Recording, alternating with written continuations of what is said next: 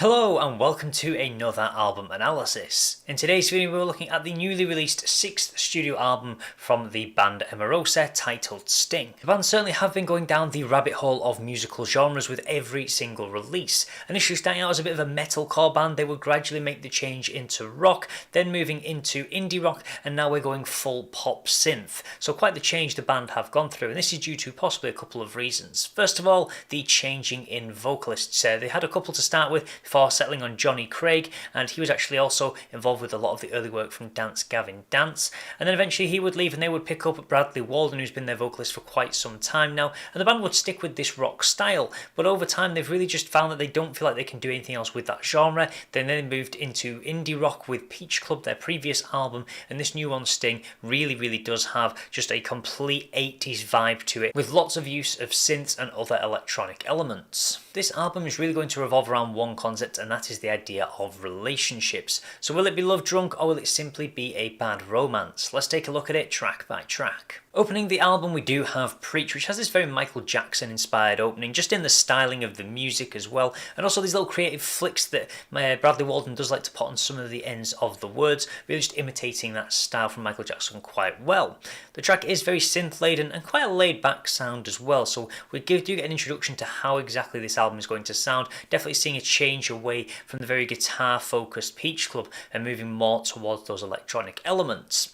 One thing I do really like about this track though is the chorus is almost like a sermon. It is that proclamation as you can imagine it when you actually get into the chorus. It has that really nice swing to it. You can imagine somebody at a service just really kind of taking the centre stage and really proclaiming it to their congregation. Then we do move into Attention, which has really big swings in the chorus, which is really nice to see. And we do see just Walden does very well on this album with his vocals. It shows the great range that he's got, moving from that rock style that we're used to seeing on previous albums into something much more softer, much more dreamy and synthy, so he's done well in making that transition.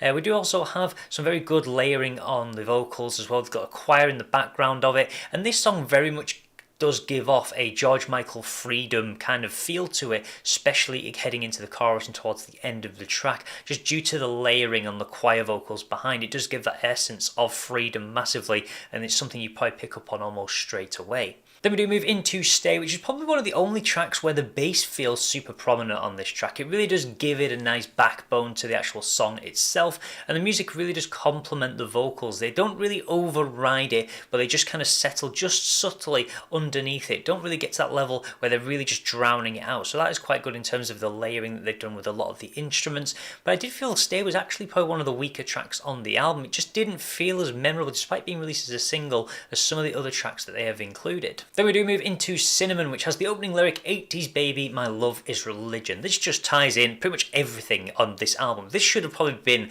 the actually opening track, I do feel, just because of that first line. It literally just incorporates everything you see. They're taking an 80s influence on this album because we've got these Michael Jackson style elements to the tracks, and it's the same on this. It almost mimics the way you make me feel.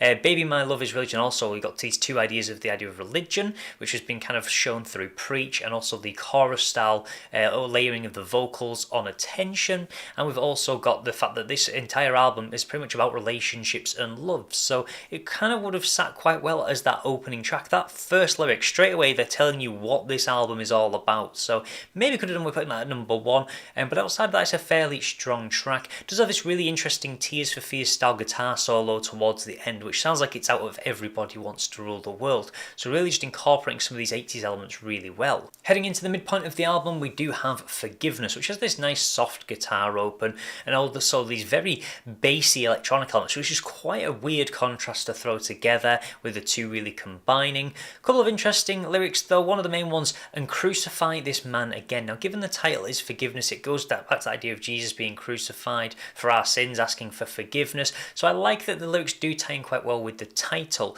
and they are really just finding these bits and pieces to really slot religion into this album. It does seem to be something they really want to focus on and really build some of the tracks around. And we just all have again this 80s style guitar at the end, but this time it feels something slightly different. It does feel to me like it was out of Depeche Mode's Enjoy the Silence, which was more towards the late, well, it was actually 1990, but it definitely has that feel to it, but it's only very subtly in the background, so you've really got to pay attention to some of these 80s, like early 90s references to try and pick them up. Then we have In LA, which had a very interesting opening. It actually sounded like a slowed down version of Underworld's Born Slippy. It really caught me off guard. I thought I was listening to a completely different track. It is very much more of a ballad. Has slightly more focus on the rock elements, which is quite interesting considering it's more of a ballad track. So the drums are much more prominent in this, and they do throw another guitar solo in just to really get those like strong vibes towards the end of it, to really build it up to this kind of crescendo. But it is just quite interesting to see how they've done that. I thought they would have just kind of stuck with the more piano styling on it, but they really have just mixed it up by going for those guitar and drums, putting the more rock elements in one of the softer tracks on the album. So it is a little bit of a weird mix. Then we do head into Again, which has this spoken open, almost this woman just talking to this guy. You're kind of building in these little strange elements just to really add something different, add a little bit of flair to the album. We do have some quite good pacing as well, and we have Walden continually dancing around on the vocals. He's going absolutely everywhere, trying lots of different things, but unfortunately I don't feel like his range truly comes through. I think he's a lot stronger than he does show on this album, which is quite weird to say because he does put on a really strong vocal performance, but I just feel like at times it just feels a little bit flat. It just feels like there's one or two things missing, or you could certainly just extend that range or play around a little bit more, despite incorporating some of these slight ideas of the Michael Jackson little creative flicks at the end of words and things like that.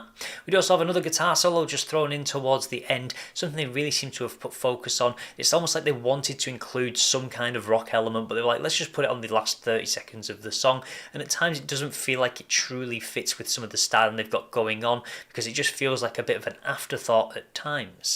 At track 8 we do have Woman, continuing the relationship vibes that we have got going throughout the entirety of this album. We do also have a very much an instant Tears for Fears feeling to this track again. I feel like they've got to be the two main influences, Tears for Fears and Michael Jackson, because they are just layered all the way throughout this album. There are a couple of others that maybe just are slotted in ever so slightly and subtly, but the other two really do stand out very heavily in a lot of the styling on the guitars or on the vocals, so you can certainly see where they've taken the inspiration from. We do have drums being much more prominent on this track as well. It's probably the one track where they are at the most at their standout point and just really help keep the pacing, because the bass is quite low on this track and doesn't really have much of an impact.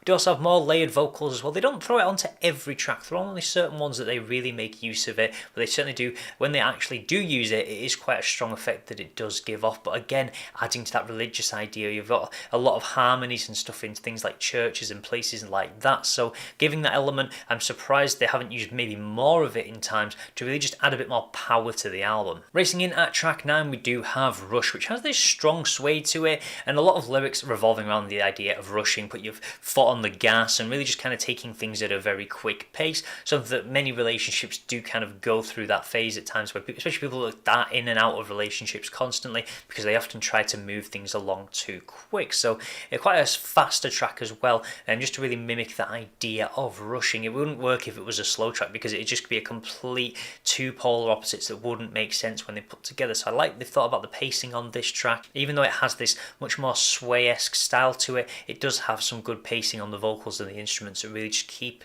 that strong backbone in place for the song to make sense. Then rounding out the album we do have Danger, which is another slow ballad, a very intimate track where you can imagine just two people on the dance floor alone, and it has these very much Spandau Ballet vibes to it because of the saxophone that is used towards the end of the song. It almost resonates the idea of their song True, which was quite a popular hit in the 80s, so, and again a very intimate track at that. So again we've got more copying of different 80s styles just to round out this album. Overall, this album may not suit some long-time Emarosa fans. If you were a fan of their self-titled album 2010 or Verses from 2014, then you are going to have to accept some serious style changes that the band have gone through over the years to enjoy this album, or you've really got to enjoy your 80s synth, or maybe if you're a fan of Peach Club and liked that sound, but kind of almost pushed more towards the 80s on this one. So it is a very interesting album. It almost feels like a completely different band effectively. This album is definitely hard to place because it's a complete style shift, even just from Peach Club.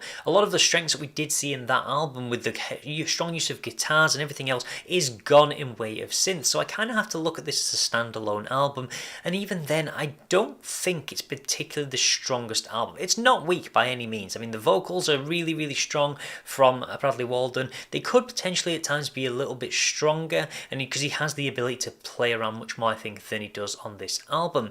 And the other things I'm not overly keen on is definitely the similarity in so many of the songs. Some of the songs do feel very, very repetitive. It's the same stylings kind of used on most of the album, and with that constant running theme of relationships, it just does kind of feel like it drags on a bit by the time you get to song 9 or 10. But it's not all doom and gloom. I think, like I say, the vocals are really, really strong, and we do get some really nice creative ideas from them, and they do really capture that 80s sound, certainly from the stylings of Michael Jackson and Tears for Fears. We also get some really nice guitar solos thrown in, but again, it just feels like a bit of a mishmash. It doesn't feel like they've truly found their footing with the style that the band wanted to go with. I do like the religious elements they've thrown in with some of the choir ideas on some of the tracks, such as Attention and this idea of Preach. It just have that sermon-like feel, so definitely got some strong elements. But I think overall I'd probably have to give this album a 6. Now, I'm a big fan of 80s, but I just don't feel like there's enough diversity. I think the band are capable of much more variety-wise than we have seen on this album, and it definitely just hasn't. It's lacking that creative flair or that serious oomph that it needs in some of the tracks just to really make them a little bit more powerful. So that will be everything for today's video, but as always, please let me know your thoughts on the album below. Do you think it's quite strong? Do you think I've kind of underjudged it based on the music that you've heard from it, or are you just somebody that agrees just that it just is lacking a little bit in some departments? I would love to know your thoughts, and if you want to see more content like this, then please do feel free to subscribe, and I will see you in the next album analysis.